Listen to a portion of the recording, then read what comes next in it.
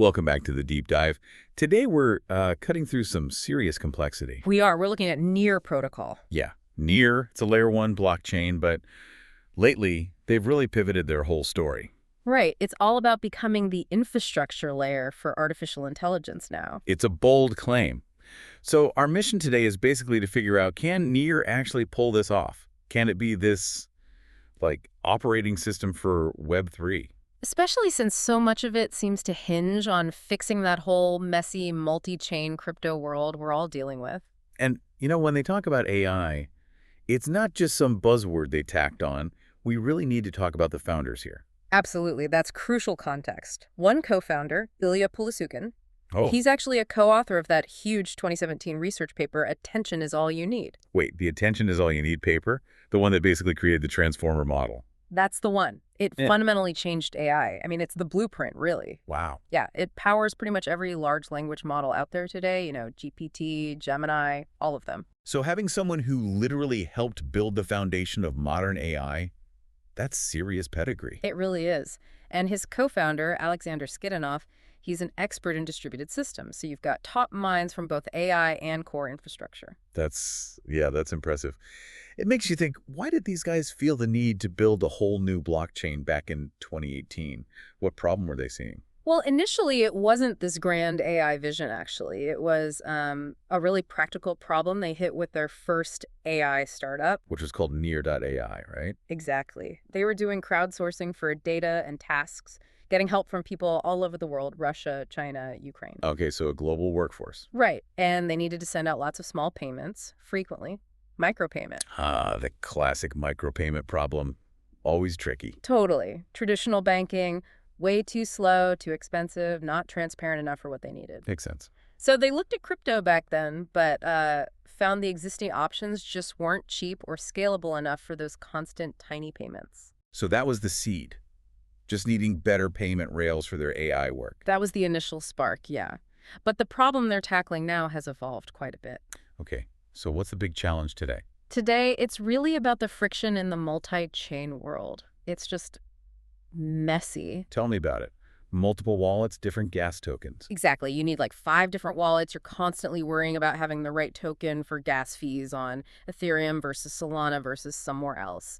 And bridging assets between chains, it's complex, it can be expensive, and honestly, kind of risky. Yeah, bridges have had their share of problems. Sure. Yeah. So Near's goal now is to make all that underlying blockchain stuff invisible. Invisible. I don't even know I'm using a blockchain. Pretty much. They want you to just use the apps, move your assets, without having to think about which chain you're on or how the transaction is happening underneath. That sounds like the dream, honestly. It's like how the internet works now, right? I don't care where a website is hosted, I just type the address. That's a great analogy. And that leads right into their big vision, the core concept, chain abstraction. Chain abstraction. Okay, sounds technical.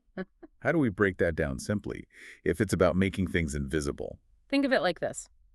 Right now, using Web3 is like having a living room full of gadgets, TV, soundbar, game console, and each one needs its own specific remote control. Right, one for Ethereum, one for Solana, one for Bitcoin. It's annoying. Exactly. Near wants to be the universal remote control, or maybe even better, the operating system for your entire Web3 house, letting you control everything seamlessly from one place. Okay, a universal remote for crypto. I get that analogy. But hang on. Doesn't that create a huge risk? If Near is controlling my access to Bitcoin and Ethereum and everything else, Yeah. isn't that putting all my eggs in one basket? Like a single point of failure? That's a really important question, a fair concern, and their answer gets into the specific tech they've built. They're trying very hard not to rely on those traditional vulnerable bridge designs. Okay, we'll need to get into that how. We will. But stepping back to the vision, it's not just about making things easier for us. It's critical for enabling AI agents. How so? Well, think about an autonomous AI agent trying to operate in the economy. It can't be juggling 5 wallets and figuring out bridging protocols. It needs one reliable interface to interact and transact across any network it needs to. I see. So chain abstraction isn't just user convenience. It's like a prerequisite for autonomous AI to function in Web3. Exactly. That's how they see it. It's the foundation for this open AI economy they envision. Okay, that definitely raises the stakes.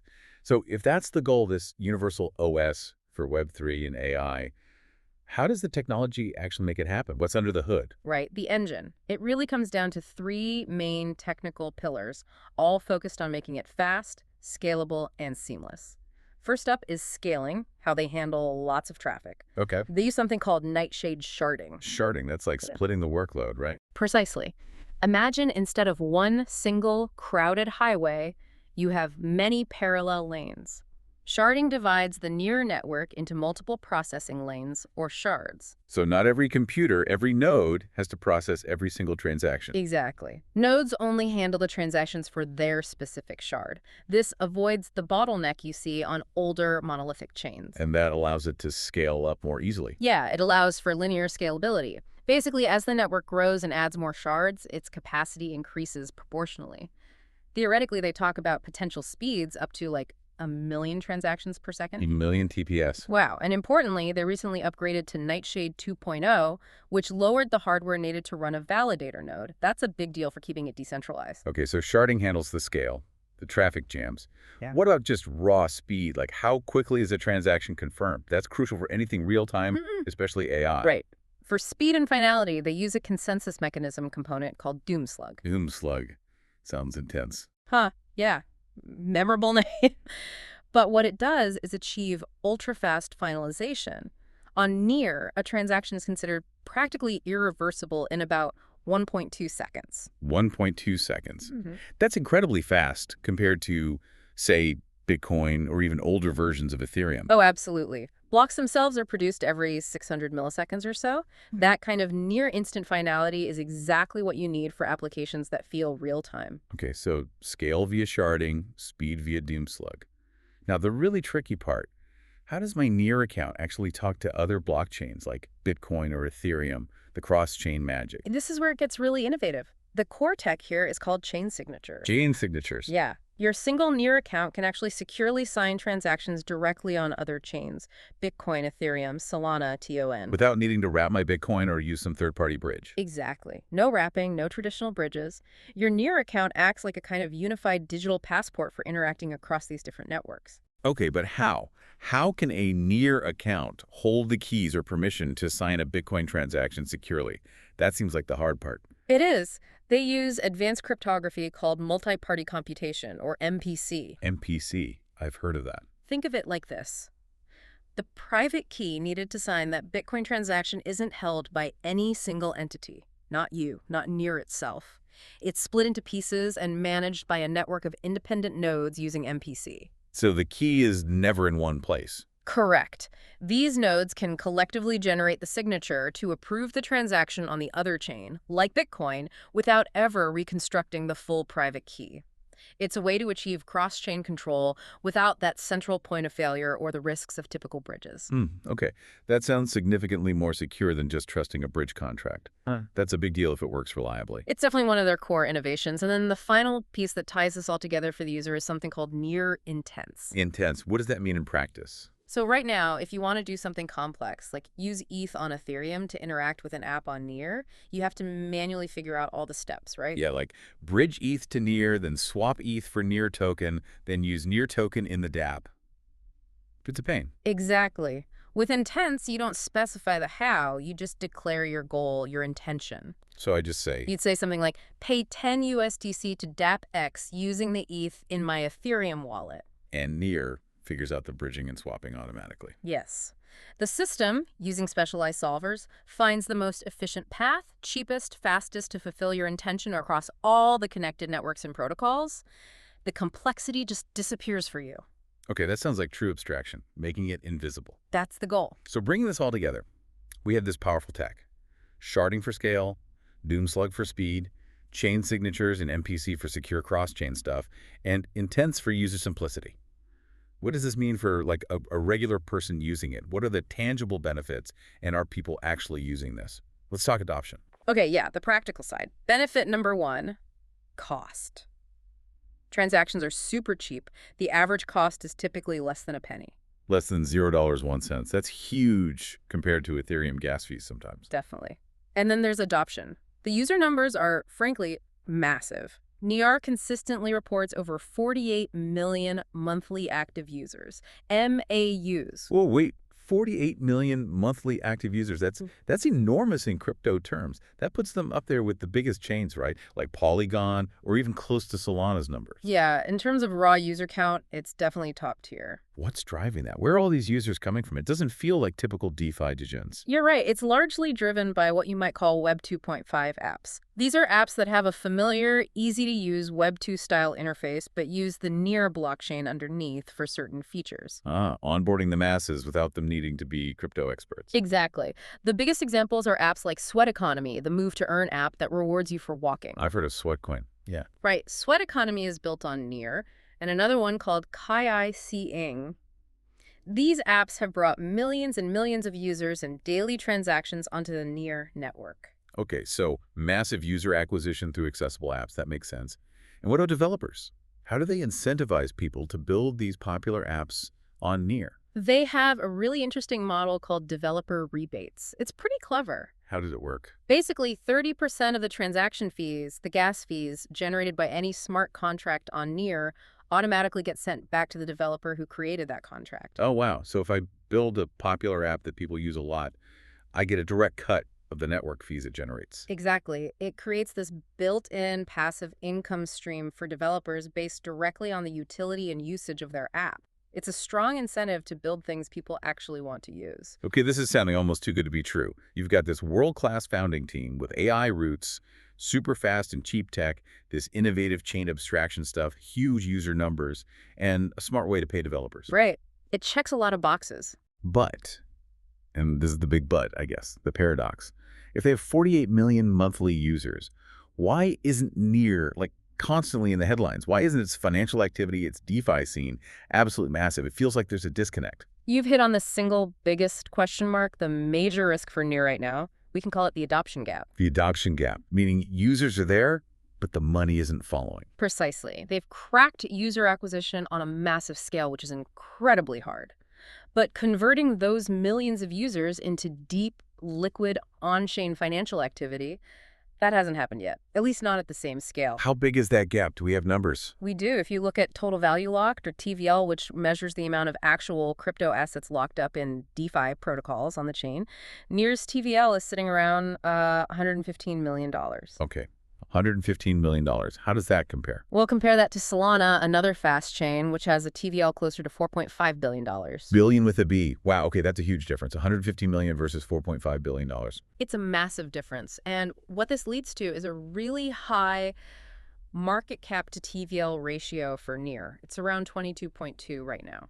So for someone looking at Near as an investment, what does a high ratio like 22.2 signal? What's the risk there? It signals that the current price, the market cap, is based much more on future expectations than on current tangible financial usage on the network.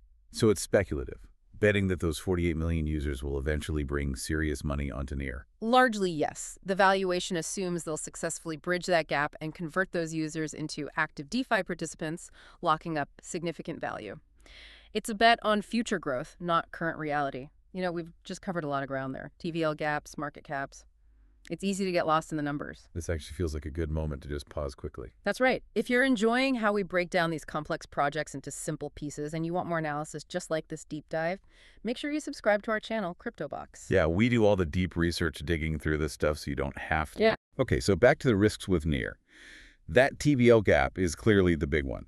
Are there other weaknesses or concerns that come up? Yeah, a few others worth mentioning. One is simply the complexity risk. Meaning the tech itself? Right. All the things that make Near powerful, the sharding, the cross-chain stuff with MPC, the intent system, they also make the whole system inherently more complex than, say, a simpler single-chain design. And complexity increases the chances of bugs or unexpected issues down the line? It does. It just creates a larger surface area for potential problems. Plus, it can be harder for developers to fully grasp and build on compared to simpler platforms. Okay. Complexity risk. What else? There are also some ongoing centralization concerns.